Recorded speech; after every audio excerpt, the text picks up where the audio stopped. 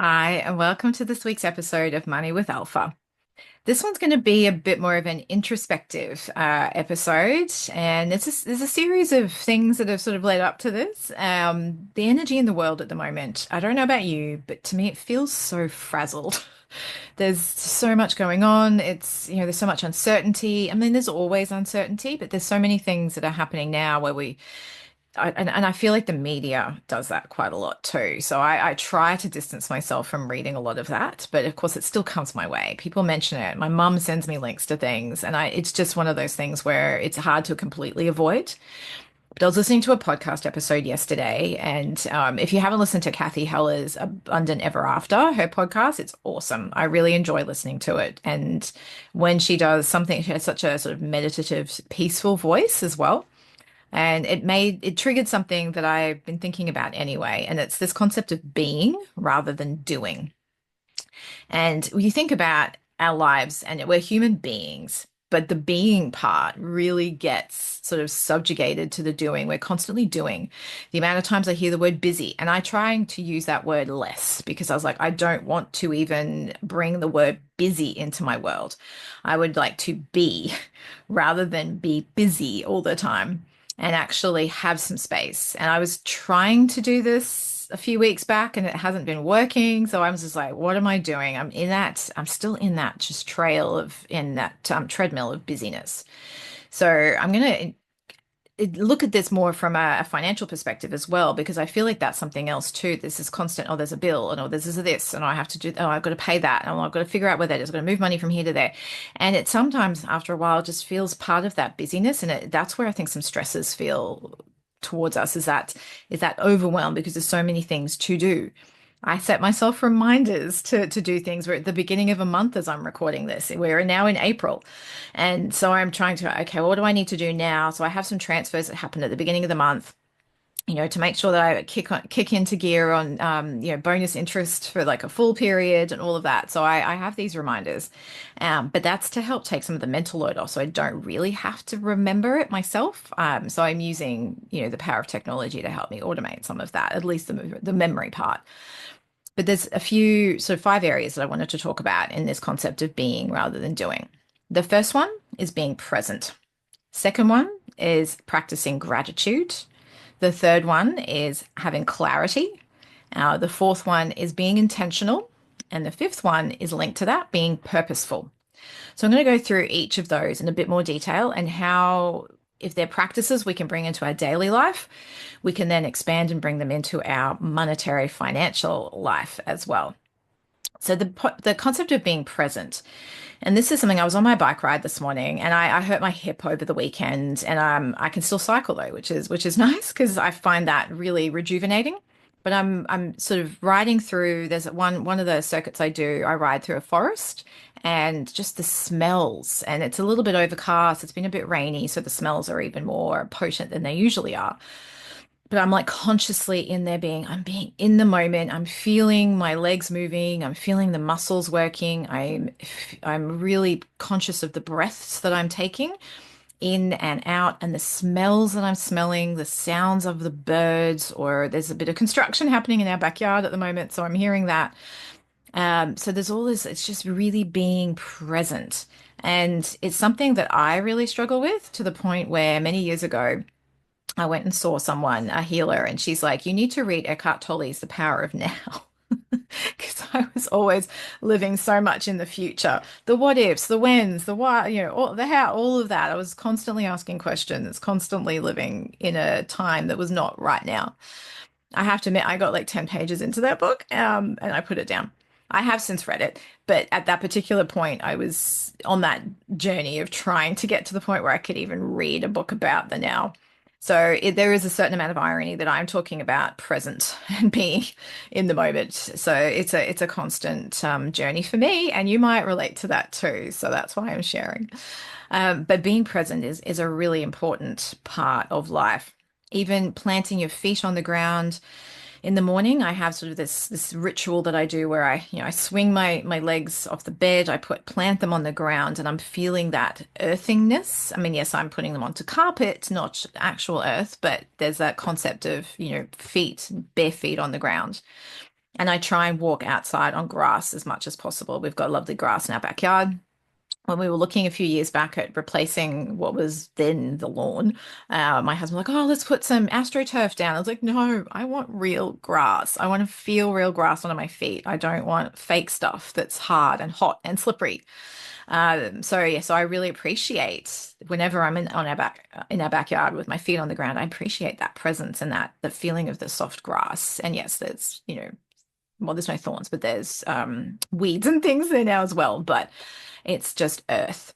So that being present. So where are you right now? Just if you're in the car, even just really acknowledge your surroundings. Because sometimes when we're driving, we're in autopilot. I know I often am. Sometimes I'm like, oh dear, how did I just get here? I've just kind of done this a little bit mechanically. And here I am because my muscle memory is taking me to the place that I'm going. But am I really present? When you're with your kids, when you're at the dining table, try and just create that sense of presence. And with it comes a certain amount of calm. And when you're calm, the people around you are calm. Pets become calmer. Somehow the energy just changes. So that feeling of presence is actually really powerful. So that brings me then to the second element of this, which is gratitude, which is also extremely powerful. But in order to have gratitude, you need to be present because that you need to be able to acknowledge the things that are happening right now and what's going on around you so that you can actually take that moment, take that time to go, right, I'm here. I'm seeing things around me. I'm really grateful for whatever it happens to be. I'm grateful like for the moment I'm looking out my window and I'm seeing my bicycle and I'm going, I'm really grateful for my bicycle and I'm grateful that I have a good bicycle mechanic nearby because my bike is making some interesting noises at the moment. And so I'm going to take it for a service just to give it a bit of, TLC as well because it does a lot for me. I go on my bike at least 3 times a week. So I'm being present in acknowledging the bike and I'm having gratitude for it as well. So, what else are you grateful for? And it's bigger than just, oh, I'm grateful for my family, I'm grateful for my health, or I'm grateful for whatever it happens to be. Really dig in and go, what else are you looking around? Things that you may have strived for in the past that you now have. Really acknowledge the gratitude for that. The things like, for example, when I was buying my camera, and every time I used it, I'd be looking at this in my hand. I'd be like, oh, I'm so grateful for this. And because I worked hard for it and I researched what I want. And there was a whole journey that came with actually getting to the point of this camera, which I realize is a thing, but it was a big thing for me at the time. And then over time, you start to kind of lose that because it just becomes normal. We've normalized something. So that feeling of specialness starts to go. So then you have to bring that back and go, oh, wow, I've got a huge amount of gratitude there. I just don't express it as often anymore because there's so many other things in my world as well. So having that gratitude is really important. Clarity is another one that I think is really important in the being.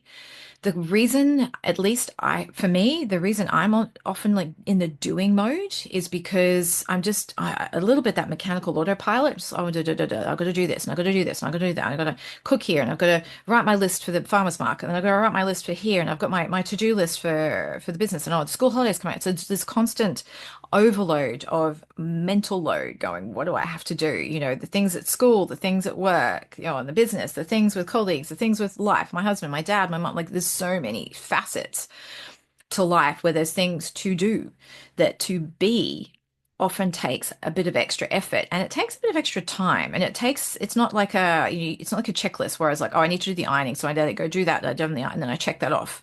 In order to be and have clarity, you need space and you need time to do that, and we don't often afford ourselves that time. I try and put blank space in my calendar to give me that time, and unfortunately it gets filled up, so I need to be better at setting boundaries on that time to actually leave it available, to say no. When somebody asks me for something, I was like, no, no, this is my time. Just you come see me in an hour, like whatever you need to talk about with me now, it can wait an hour. Or whatever the time is that you have. But clarity is a really important part of that being rather than doing. So the doing is often, you might be clear on like the individual tasks you have to do, but are you clear on the bigger picture? And then the same thing goes for money as well. If you don't have clarity on the lifestyle that you want or why you want money, it makes it really hard for your money to work for you. So being present in that moment, having gratitude for whatever money that you have, but then having clarity on what you actually want it for. That then leads to the next two, which I'll get to in a moment. But clarity is really important because it's difficult to be clear and move and do things. It's that presence, that gratitude, and then having the clarity that comes from both of those things that will then shift you forward to being more intentional. So once you have that clarity of, do you really want the big house? How much money do you need to have in retirement? I've been doing some work on that myself and with clients, I do that very often. Where are you now? Where do you need to be? And once you have that, it starts to make things so much easier. And then when you start to work on that clarity, you're like, okay, well, this is what I think I want because I might not be entirely sure, but we need to start somewhere. So let's start with this vision of the lifestyle. And then after a while, it might be 6 months, might be a year that you're working on it, and you're like, I don't know if this is actually really what I want. I might actually want less, or I might want more, and I might want it sooner or later. Like it's you start to get a sense for once you create that clarity, ideas and inspirations, and you create the space to be present, to have gratitude, so that the clarity can actually start to really flourish. And you can put some real adjectives around what it is that you actually want and some visions around it. So you can start to really visualize it. Because once you can start to visualize it, our brains start to make it part of our neurology goes, okay, well, this is real. We can't tell the difference between what's imagined and what isn't. So we're going to start to work your life around making that actually be real because for you it feels real. So that's the visualization element. And that's why it's so powerful. When we start to get clear, we can really visualize, which means we can also be very intentional with our energy, with our money, with our life in general, with the schedules that we keep, with the people that we have around us, with the books that we read, with the news in inverted commas that we absorb. Like there's so much around us that comes from that clarity and the intention that goes with it. And once it's aligned, it makes life so much easier. And then it becomes easier to be purposeful, which is the fifth element of this. So all of this really flows together.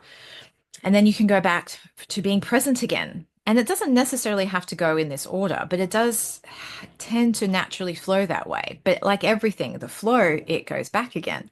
So once we're being purposeful, and we're clear on what we want, we're intentional about our energy and what we're doing. So then the purpose starts to kick in, and we're like, okay, so the money that I'm earning is going to help go towards this. So the more that comes into my world, the faster or the bigger or the easier it'll be to get there because we want it to flow. And if we're heading in an aligned direction that's aligned to our values and our vision, it's a lot easier to feel that flow and it's a lot easier to budget. I get this question so often. I have budgets and I can't stick to them. It's like, okay, well, do you know why you're budgeting? Like, are you clear on what you even want them for? Not really. Do I need to be clear? I'm like, oh, it helps. And then you're intentional about things. You're intentional when you go to the grocery store and you're looking at, well, what do I want here? Do I really need this?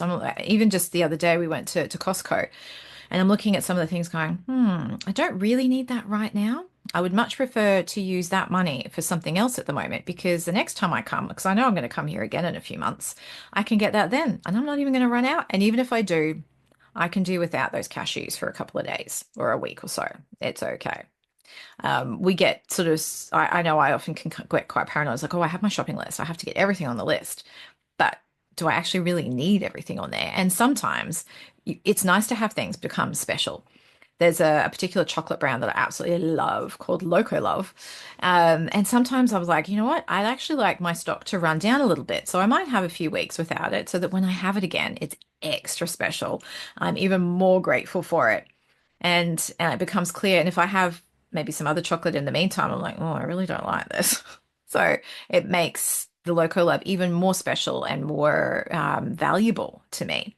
So it helps when you can start to sort of clarify the things that are actually really worthwhile for you and the things that aren't. You become more intentional with how you're spending your money, where you're putting your focus, the directions that you're taking, the energy, the people around you, the books, all of that. And then the purposeful part really kicks into gear. And that's what makes it a lot easier to stick to a budget because you're clear and your money has a purpose. And so now you can actually make your decisions on that basis. So, and that allows you to just be too. So all of these relate, you have to be able to be as a human. Doing constantly, you don't get to reflect, you don't get to, so there's no presence. We don't really, reflect, and then out of the reflection comes the gratitude. We don't have the space to figure out, and we don't have the luxury to think of what clarity is because we're constantly doing. We're constantly on this treadmill, going, going, going, going, going, going, go, and then the intention just sort of falls away because we've created a list, we're on a path, and we just kind of keep going down that regardless of it being intentional. And you can have lists still and be intentional with them. But quite often we end up on the treadmill where the intention just disappears and the purpose has kind of gone by the wayside as well. And it also does matter, like seasons of life do come into this as well. But if we can set all this up in a way that allows us to take some of that mental load off, but we need to do regular check ins. We need to be able to go back to ourselves and go, okay, is this still the right for me? Is this still right for my family? Where am I at in my life? Let me just pause, take a look around me and go, is this the right house that we want to be in? Is this the right? And that's not to say that you blow everything up if the answer is no, but you actually think about the why and think about what it is that you want to achieve. And yes, it does sound a bit, airy fairy, but it's really important to do this work.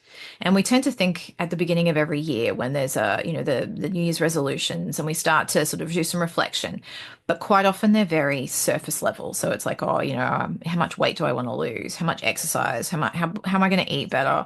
I'm going to stick to my budget this year. So they're sort of more superficial type things.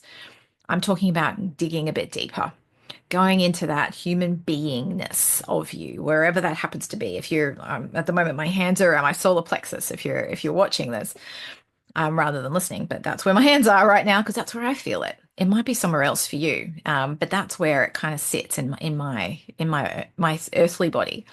So I really encourage you to take a pause. If you can pull over somewhere, if you've got it, like I live near the bay, sometimes I like to just go and drive there and just if it's raining, I'll sit in the car, otherwise I'll just stand outside, just stare out at the ocean, just daydream. And if you can bring your mind with those five elements and just kind of go, okay, I'm being present. I'm feeling myself in this moment. I'm not thinking about the past or the future or the shopping or the dinner or anything else. I'm being present in the right now. And in right now, what am I most grateful for? Think of the things that come to mind. And this doesn't need to be something that you belabor on. Just quickly, what comes to mind first, top of mind, and then you'd be like, oh, right. Some surprises will come, believe me, because sometimes I go, oh, I didn't even know I was thinking about that. But it's been buried, and now I've asked the question, and bingo, the answer has come. And with that, also the clarity too. And for clarity, sometimes you might like to ask yourself a question and go, it might be specific, like if you're looking for a home, where do I really want? What kind of home do I want? Where will that home be? It might not give you an exact, address or location, and that's okay, but just generally the feel of it as well. The life, the work, the job, whatever it happens to be that you want a bit of clarity on, ask yourself the question and just allow your mind to wander. Even if it doesn't answer that question, just let it do what it needs to do and then see where it takes you. Then once you have a bit of clarity, start to put some intentions behind it. Visualize, create the energy of purposefulness that goes with that as well. And then that purpose will start to really kick into gear. And when it comes to money, that makes it really important. I was talking to somebody last week, and they had this beautiful dream of taking their children over to New York. And I thought I was like, oh, and it's funny actually, because I literally just had a conversation a few days earlier with my daughter, and I can't remember how it even came up, but we were talking about New York. And she's like, oh, Mama, can you take me there one day? I was like, yep, I will go there any day. I love that city. And so it's whatever you want to create as purposeful for your present, your near future, and then also your retirement future too, because we need to be thinking of each of these when it comes to our money. So often we'll put off the retirement side of things because it feels too far away, and I get that. But we need to at least think about it and put some things in place. And then there's sort of like our, maybe 5 year out future. And then there's also in the present, because what we do now impacts our future. But if we're not clear, we can't be intentional and we can't be purposeful with what actions we need to take. So I'll leave you with that concept for today, that being versus doing, and those five elements that I went through, and just start to just take a moment, take some time for yourself to really ponder all of that, and write it down if you want to, or if you're in your car or and you're pulled over, get your phone and just type it into your phone. Because sometimes I don't have a pen and paper near me, but I use the notes function on my phone, and I'll pop some things in there, and then I'll come back later and I'll write it all down properly if I need to, or I'll just start to ponder a bit more. It does feel a little luxurious, I have to admit, but it's important because it will set the tone for everything else. So have a lovely week. Thank you for listening. And yeah, if you feel anybody else would need to hear this, please share. And I will see you again next week.